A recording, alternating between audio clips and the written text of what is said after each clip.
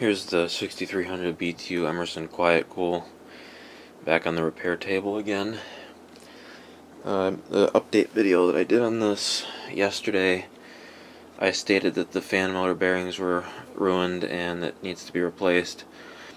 I doubt I'm going to be able to find a replacement fan motor for it, so what I'm going to do is take the motor apart, drill out the rivets that are holding the bearing retainer plates on, and I'm going to try and actually replace the bearings. These are sleeve bearings, but I think Ace Hardware actually sells bronze bushings, which I think is what those are. They're basically porous bearings that allow oil to go through because they have an oil wick around them, and it seeps through the the small pores in the bearing. That's how those sleeve bearings are oiled.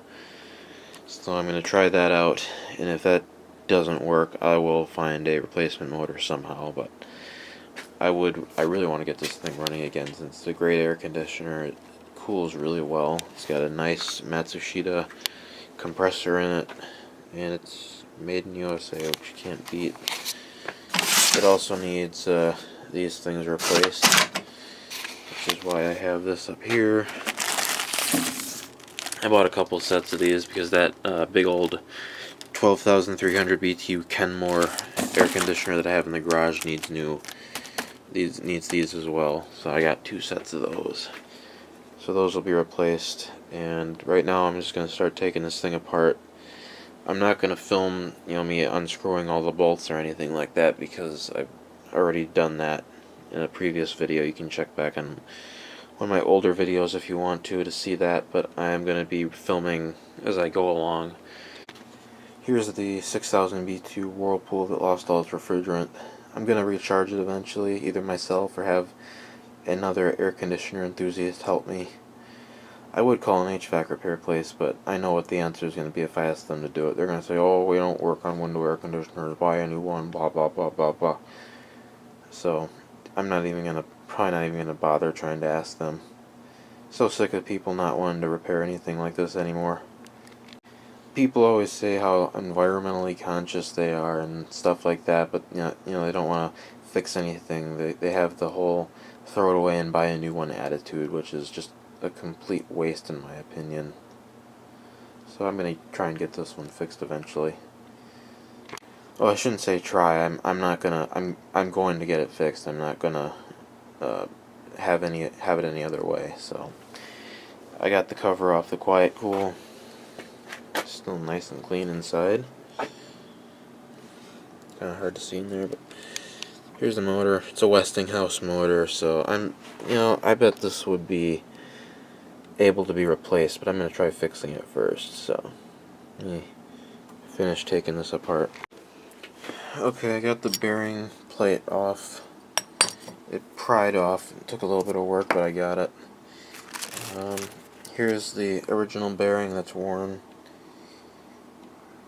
I wasn't able to find an exact replacement for this, unfortunately, but I found a couple of these bronze bearings, which I think are porous, so the oil will seep through them.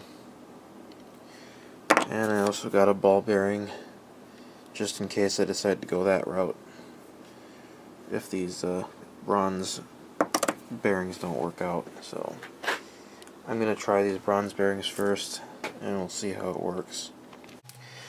Okay, since the ball bearing didn't work, and this one didn't work, it's actually the wrong inner diameter. This one is the only one that fit, but it was a little loose.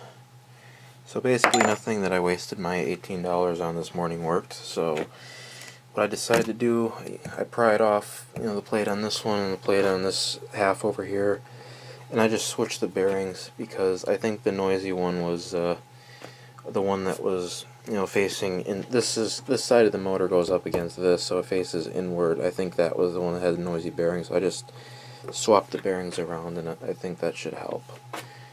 And I might try to find some fiber washers to put in there as well and see if that does anything, if this doesn't quiet it down. But really, this is all I can think of doing, short of finding a replacement motor.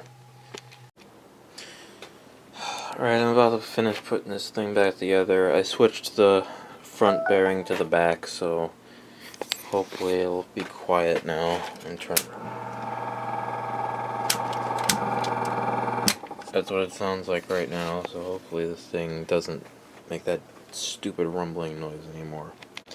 And here's the final product. The Emerson Quiet Kool is finally quiet. Doesn't make that stupid rumbling noise anymore.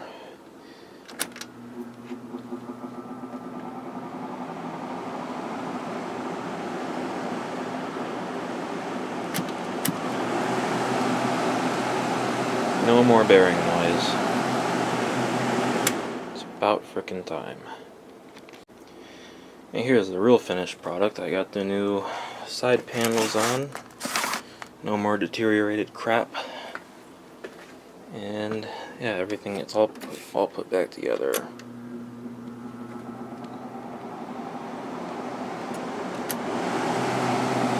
Nice and quiet now.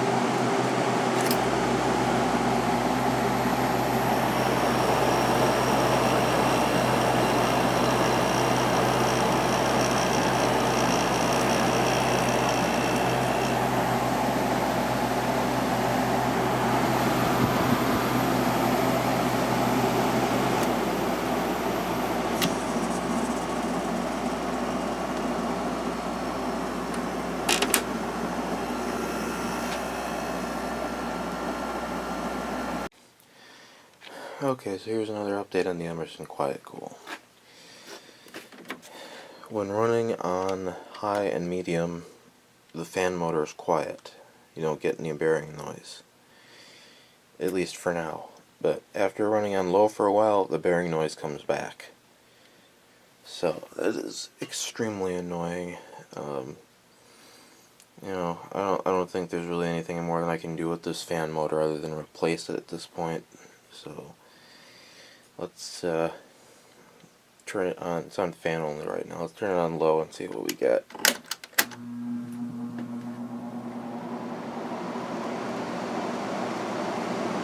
It's quiet right now, but the bearing noise will come back. High is always quiet. Medium is always quiet. There, you can hear it now.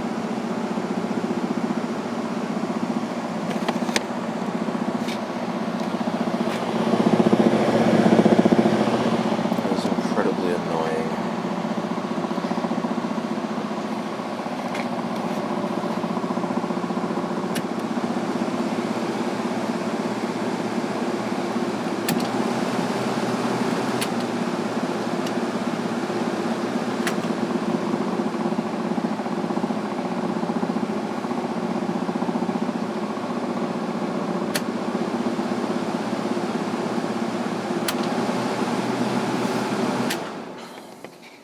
So yeah, still have a problem with this unit. Gonna have to figure out what to do. Probably just replace the fan motor at this point.